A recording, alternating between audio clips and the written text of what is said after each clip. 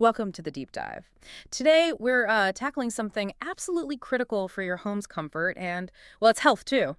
Keeping your HVAC system in top shape. Yep, your heating, ventilation, and air conditioning. It's that system working away, behind the scenes every single day. And we've pulled together a real mix of sources for this deep dive. We're looking at articles from places like EnergyRight, HVAC.com. Some expert notes, too, plus some really practical, sometimes even a bit skeptical insights straight from a Reddit discussion thread, which is interesting. Yeah, it was. Our mission today is really to cut through all that noise, distill the information, and hopefully give you a clear, actionable roadmap. Right. We want you to understand not just what maintenance involves, but why it genuinely matters. For your comfort, yeah, but also your budget and, how long that pretty expensive equipment is actually going to last. Because being proactive with your system, well, it isn't just about checking a box. It's about preventing headaches down the line. For real. So let's dive right into that why. Across pretty much all our sources, one message came through loud and clear. Regular HVAC maintenance isn't, optional. No, it's fundamental for your system to run efficiently, reliably, and importantly, safely. Yeah, you mentioned reliably. I think avoiding those emergency calls is a big one. Oh, huge. Think of it like getting the oil changed in your car, right? Mm-hmm. Skipping it might seem okay for a little while, but eventually. Yeah, small things get big. And expensive. Exactly. The sources really hammered home how preventative maintenance helps you avoid those dreaded emergency breakdowns. Which always seem to happen on the hottest day of the summer or the coldest day of winter. Always. And that ties directly into your energy bills, too. Mm-hmm. A system that's dirty or, just not running smoothly has to work so much harder. We saw that everywhere. Articles, videos.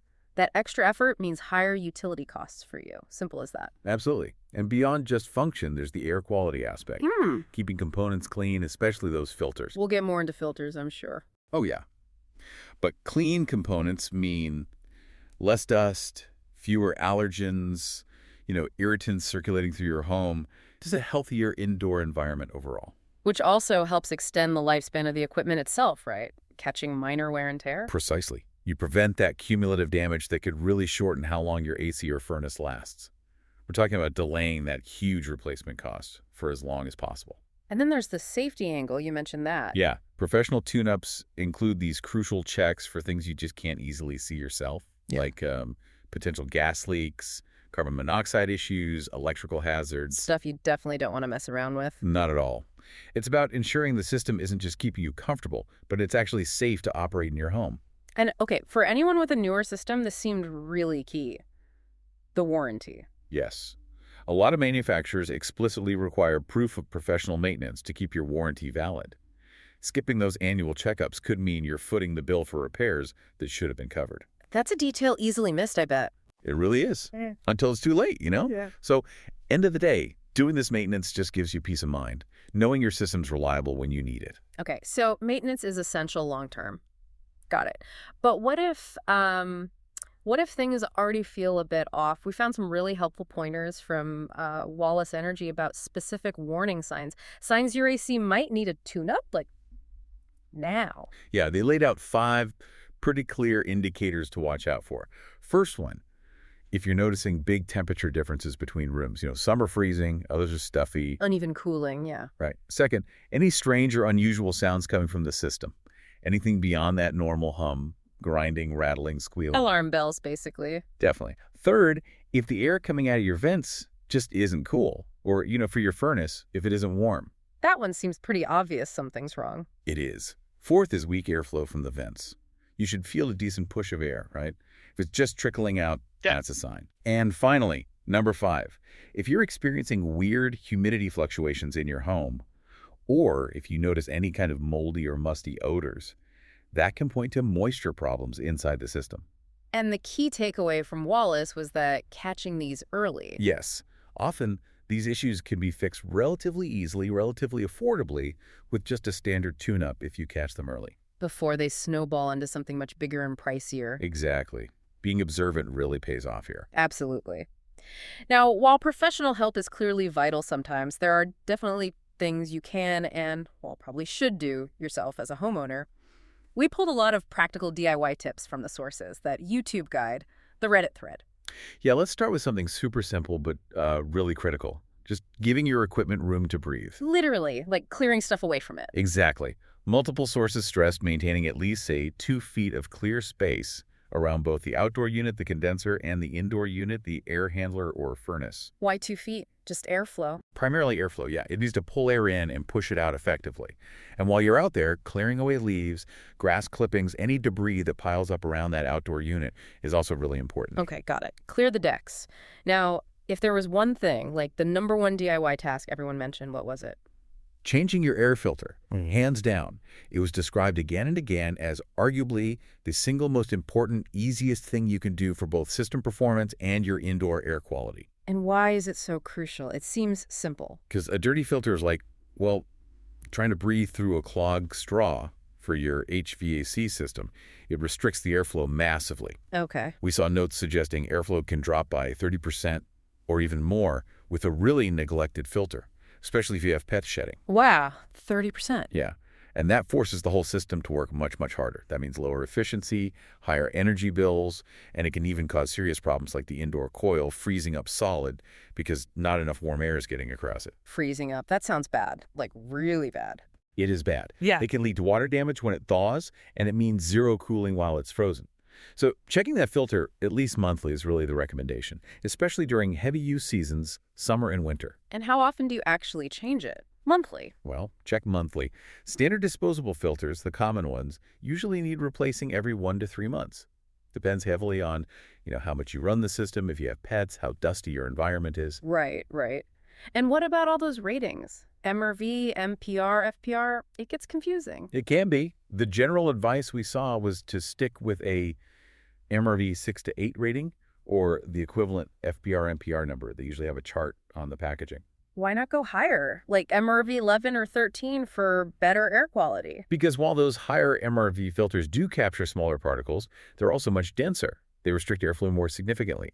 And if your system's fan and ductwork weren't designed for that higher resistance, you can actually end up choking the system, reducing efficiency and potentially causing problems. Kind of counterproductive. So MRV 6 to 8 is usually the sweet spot for most homes. Good balance. Generally, yes. Good filtration without over-restricting the air. And make sure you install it correctly. Right, yeah, the arrow. Exactly. Every filter has an arrow printed on the cardboard frame. That arrow absolutely needs to point towards the furnace or air handler. It shows the direction the air is supposed to flow through the filter and into the system. Get it backwards, and it won't work properly. Arrow points towards the guts of the machine. Got it. Yeah. Filter duty done. What's next on the DIY checklist? Let's head outside again. Rinsing the outdoor condenser coils. Remember that outdoor unit? It pulls air through all those little metal fins on the sides. Yeah, they look kind of delicate. They are. And they collect dirt, dust, pollen, cottonwood fluff, grass clippings, all sorts of stuff. When they get coated, the unit can't release heat effectively, making it work harder and less efficiently. So how do you clean them? Carefully, I assume. Very carefully. The advice is just to use a standard garden hose with a sprayer nozzle, not too much pressure, and gently spray the fins from the outside, rinsing the dirt downwards and off. And definitely not a power washer, right? I saw that warning. Absolutely not a power washer. The pressure is way too high. It will bend those delicate aluminum fins flat in an instant. Bent fins block airflow just as badly as dirt, maybe worse. So, garden hose only. Any other tips for cleaning them? Well, before you hose it down, you can use a soft brush, like maybe an old paintbrush, or even a vacuum cleaner with a soft brush attachment to gently loosen and remove any loose debris first. Makes the rinsing more effective. What about those special coil cleaning sprays you see? They exist, yeah. Some are foaming cleaners. The guidance suggests a bit of caution, though. Some can be quite harsh or acidic, potentially corrosive to the aluminum fins over time. For routine cleaning, just plain water from the hose is often perfectly sufficient, especially if you do it, say, once or twice a year. Okay, water is usually enough. Good to know. Coils rinsed. Now let's talk about that condensate drain line. What exactly is that doing? Okay, so the air conditioning process, pulling humidity out of the air, creates condensation, just like water forming on a cold glass in summer. That water collects in a drain pan, usually inside the indoor unit. Right. The condensate drain line is simply a pipe, usually PVC, that carries that collected water away from the pan and drains it safely outside or into a floor drain or pump. And why do we need to worry about cleaning that? Because that pipe can get clogged up. The dark, damp environment inside is perfect for growing algae, slime, mold, gunk, basically. Mm. Yeah. And if that gunk clogs the pipe, the water in the drain pan has nowhere to go. It backs up. And that causes... Problems. Big problems sometimes. It can overflow the pan and cause water damage inside your house, ceilings, walls, floors. It can promote mold growth right there in your system. And most modern systems have a safety float switch in the pan. If the water level gets too high, that switch will shut the entire AC system off to prevent flooding. So a clogged drain can actually stop your AC from working altogether. Absolutely. It's a common reason for service calls, actually. Okay, so how do we prevent that clog? First, just visually check the outlet of the drain line outside. Make sure it isn't blocked by dirt, mulch, or, a critter's nest or something. Then, periodically, maybe every few months, or especially at the start of the cooling season, you can help prevent buildup internally. How? Pouring about a cup of distilled white vinegar down the line is a common recommendation. Some sources mentioned a diluted bleach solution too, maybe like a cap full of bleach in a cup of water. The vinegar or bleach helps kill off the algae and slime before it builds up into a clog. Where do you pour it in? Good question. Many systems have a little access T-fitting or a removable cap on the drain line near the indoor unit, specifically for this purpose. Yeah. Look for a vertical pipe section with a cap you can unscrew or pull off. Okay. And what if it is already clogged? Vinegar won't fix a solid blockage. Right. If you suspect it's clogged, maybe the pan is full or the AC shut off a wet-dry shop vac is often the tool of choice. You suck the clog out. Exactly. Go to the drain outlet outside, connect the shop vac hose to it. Yeah. You might need to use your hand or a rag to create a decent seal around the pipe and turn the vacuum on. Let it run for a minute or two. Often it'll suck that glob of gunk right out. You might hear it come through the hose. That's a great practical tip. Okay, filters, coils, drain line. What else is on the DIY list? Checking your thermostat. Sounds basic, I know. But easy to overlook. Totally. Just double check it's actually set to the correct mode. Cool for AC, heat for heating, and make sure the temperature setting is where you want it. Also, check the fan setting. Usually auto is best for efficiency. And batteries. My thermostat has batteries. Yes. Definitely change the batteries regularly. Don't wait for them to die maybe once a year or every couple of years max, even if the low battery indicator isn't on yet. A dead thermostat means a dead HVAC system, and it's such an easy thing to prevent. Good reminder. Also, a quick note for anyone upgrading their thermostat. If you're replacing an older one, especially going to a smart thermostat, pay attention to the wiring. Some systems have separate power wires, often labeled R or RH and RC. You might need to install or remove a small jumper wire on the new thermostat's backplate, depending on your specific system. Just follow the instructions carefully. Or call a pro if you're not comfortable with wiring. Absolutely. And yeah, upgrading to a smart thermostat is a great DIY project for many, offering better control and potential energy savings. Okay. What about the ducts? Can we check those? You can do a visual inspection of any accessible ductwork. So stuff you can see in your basement, crawl space, or attic. Look for obvious tears, holes, disconnected joints, or sections that seem loose or sagging. Can you fix small leaks yourself? For small, accessible leaks, yes. The key is to use the right tape. You need proper foil-backed HVAC tape, sometimes called mastic tape. It's specifically designed for sealing ducts. Not regular duct tape. I saw that emphasized. Definitely not duct tape. Ironically, regular gray duct tape is terrible for sealing ducts long-term. It dries out, gets brittle, and loses its seal. Use the real foil stuff. But again, if you find major damage, big gaps, or signs of widespread leakage, that's really a job for a professional duct sealing service. Makes sense. Okay, back inside the living space, keeping registers clear. Yeah, another simple but important one. Make sure furniture, rugs, curtains aren't blocking the supply registers where the conditioned air blows out. You need that air to circulate freely into the room. And don't close too many vents, right? I've heard that can be bad. That's true. Resist the urge to close off vents completely in unused rooms. Closing more than, say, about a third of your supply vents can mess up the system's airflow balance, increase pressure in the ducts, and potentially cause problems for the equipment, like reduced airflow over the coil. Okay, keep most vents open. What about the return vents? The big grills? Keep those completely clear, absolutely unobstructed. That's where the system pulls air in to be heated or cooled. Blocking a return grill starves the system for air, which drastically reduces efficiency and can strain the fan motor. Got it. Any other quick visual checks we can do outside? Yeah, take a look at the refrigerant lines running between your house and the outdoor unit. Yeah. They're usually two copper pipes. The larger one, the suction line, should be covered with black foam insulation. Why is that insulated? That line carries cold refrigerant gas back to the compressor. The insulation prevents it from absorbing excess heat from the outdoor air, which improves efficiency. It also prevents condensation from dripping off the cold pipe. If that insulation is missing, torn, or degraded from sun exposure, you should replace it. You can usually buy replacement foam insulation sleeves at hardware stores. Okay, check the insulation. What about the unit itself? Is it sitting level? Ideally, yeah. The concrete pad or base the outdoor unit sits on should be reasonably level. Over time, the ground can settle, causing the pad to tilt. A slight tilt probably isn't a big deal, but if it's leading significantly, That could be bad. it could potentially put stress on the refrigerant lines connecting to the unit, or maybe affect oil return in the compressor over the long term. If it's noticeably unlevel, some sources mention you might be able to carefully shim it back towards level using sturdy, weather-resistant materials like composite shims or small pavers. But you have to be extremely careful not to kink or damage those copper refrigerant lines when lifting or adjusting it. If in doubt, leave it to a pro. Right. Gently does it or call for help. Now, you mentioned capacitors earlier as a common failure. Is that something a homeowner can realistically test or replace? Capacitors, yes, they are a very common failure point, often causing the outdoor fan motor or the compressor not to start, or the indoor blower motor not to run. They basically give the motors an electrical kick to get going. So, if a motor hums but doesn't spin, could be the capacitor. Often, yes. And replacing one isn't physically difficult, usually held by a strap, a couple of wires. However, and this is a big gara, capacitors store a significant electrical charge, even when the power is off. You must know how to safely discharge them before touching the terminals. Otherwise, you can get a nasty shock. Okay, danger zone. Yeah. And you need a multimeter that can test capacitance to confirm if it's actually bad.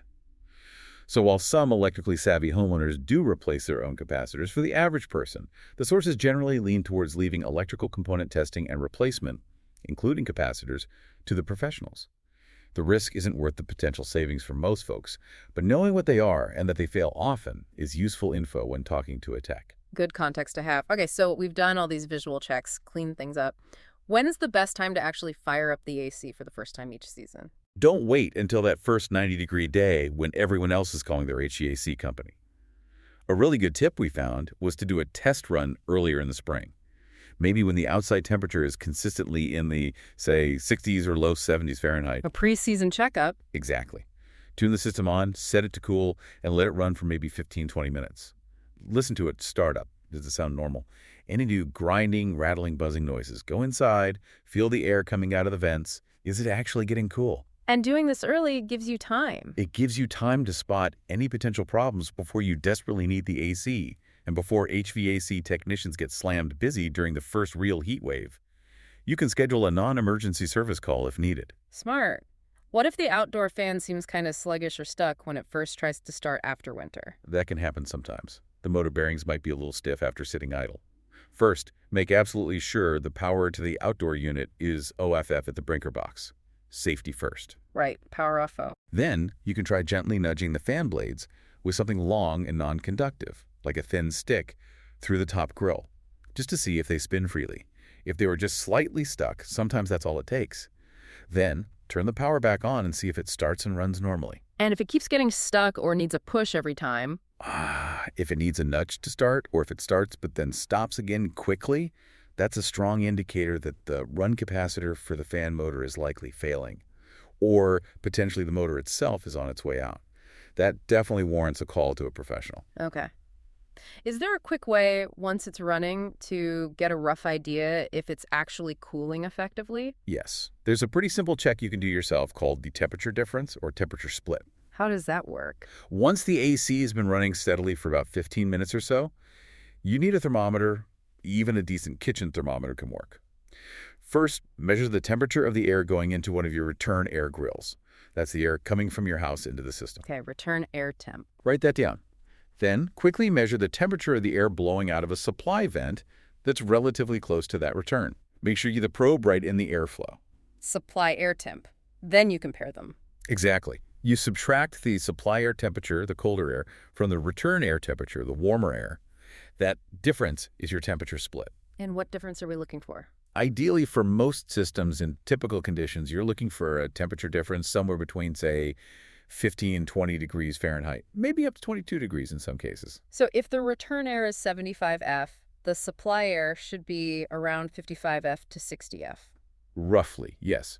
If that difference is significantly lower, like only 8 degrees, 10 degrees, 12 degrees, that's a strong sign that the system isn't cooling effectively. And what could cause a low split like that? It could be several things. Low refrigerant charge is a common one. Very dirty coils, either indoor or outdoor. Restricting heat transfer is another. Or it could be an airflow problem, like a really dirty filter or issues with the blower fan. But a low split tells you something isn't right and probably needs professional investigation. That's a fantastic, really useful list of things homeowners can actually tackle themselves. It feels empowering, to know you can do a lot to keep the system healthy. It really is. Consistent DIY maintenance makes a big difference. But as we've touched on, there are definitely limits. It's crucial to know when to put the tools down and call a professional. Absolutely critical. For your safety and for the health of your very expensive HVAC system. The sources were crystal clear on this boundary. Number one being refrigerant. Number one, absolutely. Anything involving the refrigerant in your system, checking the pressure or levels, adding refrigerant, which is called charging the system, or removing it requires special EPA certification, licenses, specialized tools like gauge manifolds, and proper training. Refrigerant is handled under strict environmental regulations, and the system charge has to be precise for it to work correctly. This should always be done by a certified technician. No exceptions. Not a DIY job. Full stop. Got it. Full stop. Another task generally best left to the pros is deep cleaning the indoor evaporator coil. The one inside the air handler. Why not DIY that? Well, accessing that coil is often really difficult. It might involve taking apart significant portions of the indoor unit or ductwork. And like the outdoor coils, those fins are incredibly delicate. It's very easy to bend them flat or damage them while trying to scrub or clean them if you don't know what you're doing. Damaged fins mean reduced airflow and efficiency. Pros have the tools and techniques to clean it properly without causing damage. Okay, leave the indoor coil cleaning to them. What about electrical work inside the unit? Big red flag for DIY. The strong advice from pretty much everywhere is, unless you are a trained professional electrician or HVAC tech who is comfortable and knowledgeable working with high voltage, do not attempt to diagnose or repair electrical components yourself. Like contactors, relays, motors. Exactly. Capacitors, as we discussed, fall into this category for most people too. Control boards, wiring. There's significant risk of electrical shock, even if you think the power is off. And you can easily cause further damage to expensive components if you misdiagnose or wire something incorrectly. The sources basically said it's just not worth the risk. Okay, electrical is out. What about major ductwork issues? Yeah, if you find significant problems like large collapsed sections, major leaks throughout the system, or if you need ducts rerouted or redesigned, that's beyond simple foil tape fixes. That requires professional assessment and repair to ensure proper airflow, sealing, and system balance. And basically, if any of the basic DIY steps we talk about don't fix a problem you're having, or if you see one of those major warning signs, that is absolutely the time to pick up the phone and call a qualified HVAC technician. If your filter is clean, the coils are reasonably clean, the drain is clear, but you still have poor cooling or heating. Or if the system is running constantly without satisfying the thermostat or cycling on and off really rapidly. Strange noises, too. Persistent strange noises, yeah. Grinding, squealing, banging, rattling, weird smells coming from the vents that aren't just dust burning off at the start of heating season. Or if you see visible ice forming anywhere in the coils or the refrigerant lines, those all signal problems that need expert diagnosis. And that warranty point comes circling back here too, doesn't it, for getting professional help? It really does. It's worth repeating. Many manufacturers, especially for higher efficiency systems installed in recent years, specifically require documented proof of regular professional maintenance, often annually, to keep the part's warranty active. So even if you're great at DIY, you might still need that pro visit for the paperwork. Exactly. Keeping your own records of filter changes and cleaning is great, but for a warranty claim down the road, they'll likely want to see service reports from a licensed HVAC company. Skipping those pro tune-ups could void your warranty. Okay, so when you do call a pro for that tune-up, what are they actually doing that goes beyond the DIY stuff we covered? We looked at some typical checklists they follow. Right. It's a much more comprehensive service. It builds on the basics but goes deeper. For example, they'll visually inspect things, but they'll also tighten all the electrical connections inside the units. Loose connections can cause overheating or component failure. And they test electrical components. Yes, they use multimeters to check voltage and amperage draws on motors, like the compressor, condenser fan, indoor blower, to make sure they're operating within the manufacturer's specifications. High or low readings can indicate an impending failure. They lubricate moving parts too, right? Thoroughly, yes. Any motors or bearings that require lubrication get it. They'll inspect the condensate drain system more closely, not just for clogs, but checking for proper slope so it drains well, and looking for any cracks or leaks in the pan or the line itself. And thermostats. They'll inspect it and often calibrate it to make sure the temperature reading is accurate and it's controlling the system correctly. And they clean the coils more thoroughly. Yes, especially that indoor evaporator coil. They have specialized cleaning solutions and sometimes tools to get it cleaner than you typically can with just water or limited access. And crucially, this is where they perform the task that requires certification, checking the refrigerant levels. Using gauges and stuff. Exactly. They hook up pressure gauges to the service ports, measure pressures and temperatures, and calculate things like superheat or subcooling to determine if the refrigerant charge is correct. If it's low, indicating a potential leak, or even too high, they can adjust it precisely. That's something only a certified tech can do. What else is typically on their checklist? They'll clean and adjust blower components for optimal airflow. Perform vital safety checks. This is huge for furnaces. They'll inspect the heat exchanger very carefully for cracks or rust that could lead to carbon monoxide leaks.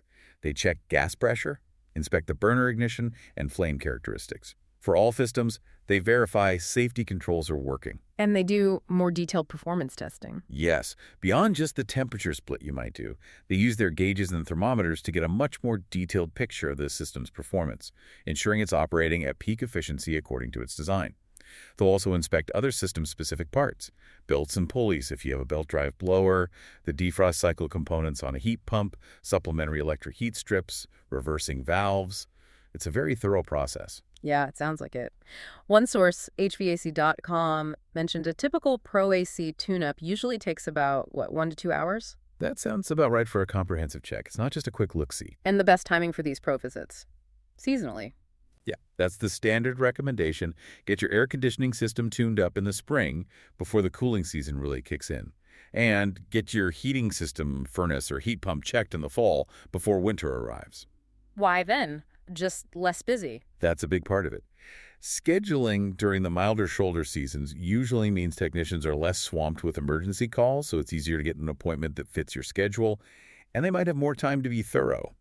Plus, you catch any potential problems before you rely heavily on the system. Okay, that makes sense.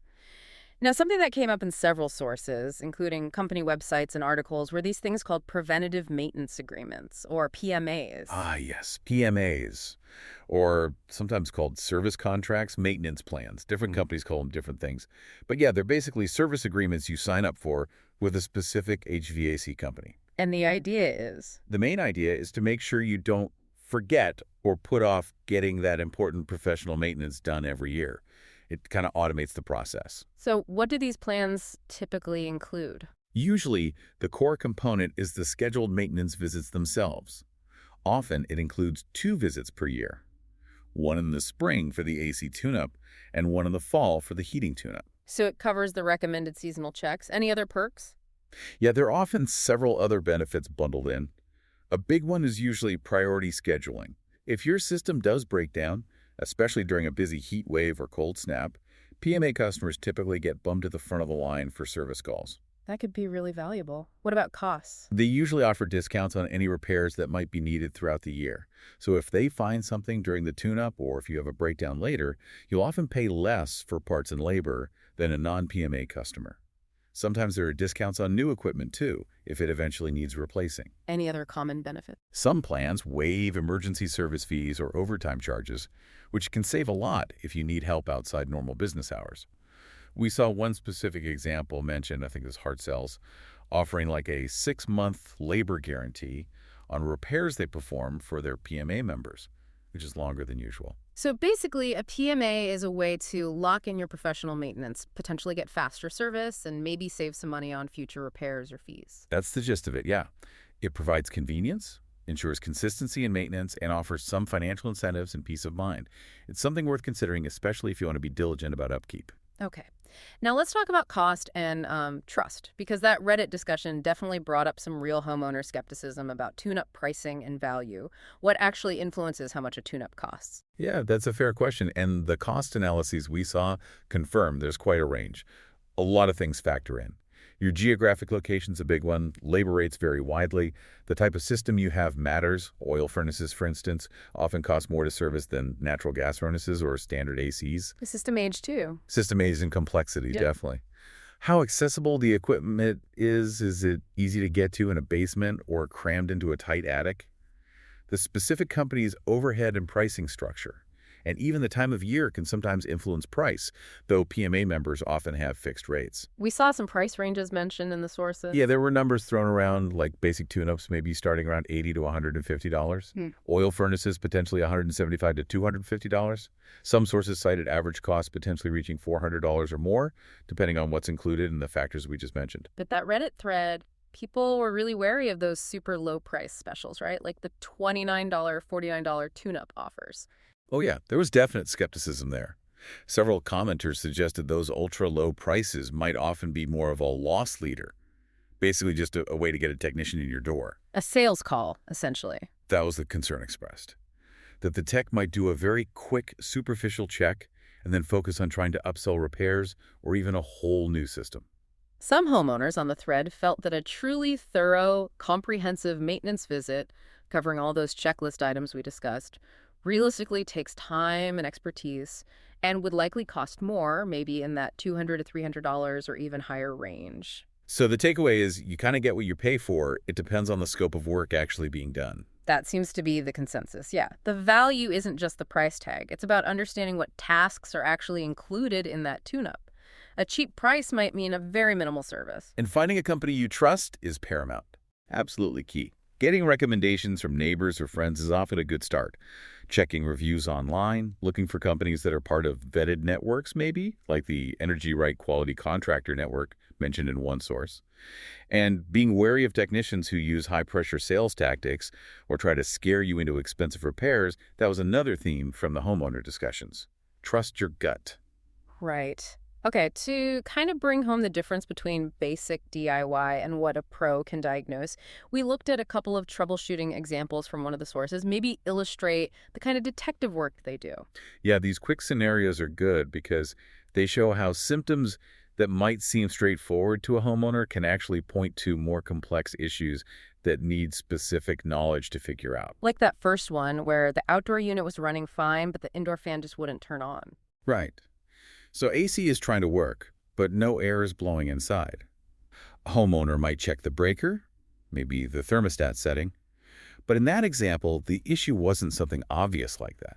It turned out to be a failure in a specific component, like a fan relay, or maybe even a problem within the thermostat subbase, the part mounted on the wall. Not something you'd likely find without knowing exactly what to test. Exactly.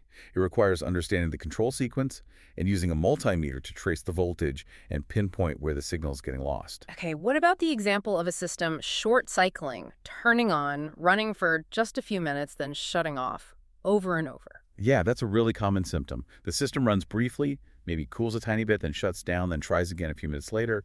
To the homeowner, it just feels like the AC isn't working right. But what does that signal to a technician? Often, that rapid on-off cycling immediately points towards one of the system's safety switches tripping. And a very common reason for that, especially the low-pressure switch, is insufficient refrigerant in the system. Because of a leak, probably. Most likely, yeah. The system senses the pressure is too low for safe operation, so it shuts down to protect the compressor. Diagnosing that definitively requires hooking up refrigerant gauges, measuring the pressures and confirming it's low, and then, of course, finding and fixing the leak and recharging the system, all tasks strictly for a certified pro. So the symptom points the pro in a specific diagnostic direction. Exactly. One more quick one, the dirty indoor coils scenario. Right. In this case, the outdoor unit might be running, the refrigerant lines might even feel cool, but the airflow coming out of the vents inside is really weak. The house isn't cooling down. Filter's clean, though. Filter's clean, outdoor unit seems okay, but no airflow. The key diagnostic clue mentioned in that scenario was what happens if you open an access panel near the indoor blower fan. If opening that panel suddenly makes the airflow coming out of the vents much stronger. What does that tell you? It tells the technician that there's a major airflow restriction before the blower fan. Since the filter is clean, the prime suspect is almost always that indoor evaporator coil being severely clogged with dirt and debris, acting like a wall blocking the air from getting to the fan. Which requires that professional deep cleaning we talked about. Precisely. So these examples just highlight that methodical diagnostic process, interpreting symptoms based on system knowledge, which is really the value a trained technician brings beyond just basic maintenance. Yeah, absolutely. This has been a really comprehensive deep dive covering a ton of ground on HVAC maintenance. It really has. I think we've clearly established just how fundamental regular maintenance is for efficiency, for the lifespan of your equipment, and definitely for safety. And we've broken down a lot of valuable DIY steps that you as a homeowner can consistently do. Changing those filters, keeping units clear, checking the drain line, that first line of defense stuff. Definitely. But we also clarified those crucial boundaries when professional expertise is absolutely essential, especially for refrigerant, electrical work, complex diagnostics, and of course, those warranty requirements. And we touched on how those maintenance plans, the PMAs, can be a useful tool for ensuring that professional care happens regularly. Yeah, it really seems like DIY and professional service aren't, an either thing. They really complement each other. Doing the basics yourself helps keep things running smoothly day to day. While the pro tune-ups provide those deeper checks, the safety inspections, the fine-tuning, and the documentation needed for warranties. Exactly. Being informed about both sides of the coin is really the best way to protect your investment in that system and make sure your home stays comfortable and healthy year-round. Totally agree. So as we wrap up this deep dive focused squarely on your HVAC system, here's maybe a final thought for you to consider. We've spent all this time talking about preventative maintenance for this one critical system today, but maybe take a step back and think about that idea more broadly for your entire home. What other systems, maybe your water heater, your plumbing system, even major appliances like your dishwasher or washing machine, could potentially benefit from a similar kind of seasonal checkup or routine maintenance, just to keep everything running smoothly and hopefully avoid those unexpected and often inconvenient problems down the line. Yeah, it's a good question. Consider what step feels most important for you to tackle first, based on everything we've discussed about HVAC today. Or maybe, what other questions has this deep dive sparked for you about keeping your home systems in good shape? Something to think about. Definitely something to think about. Until next time on The Deep Dive.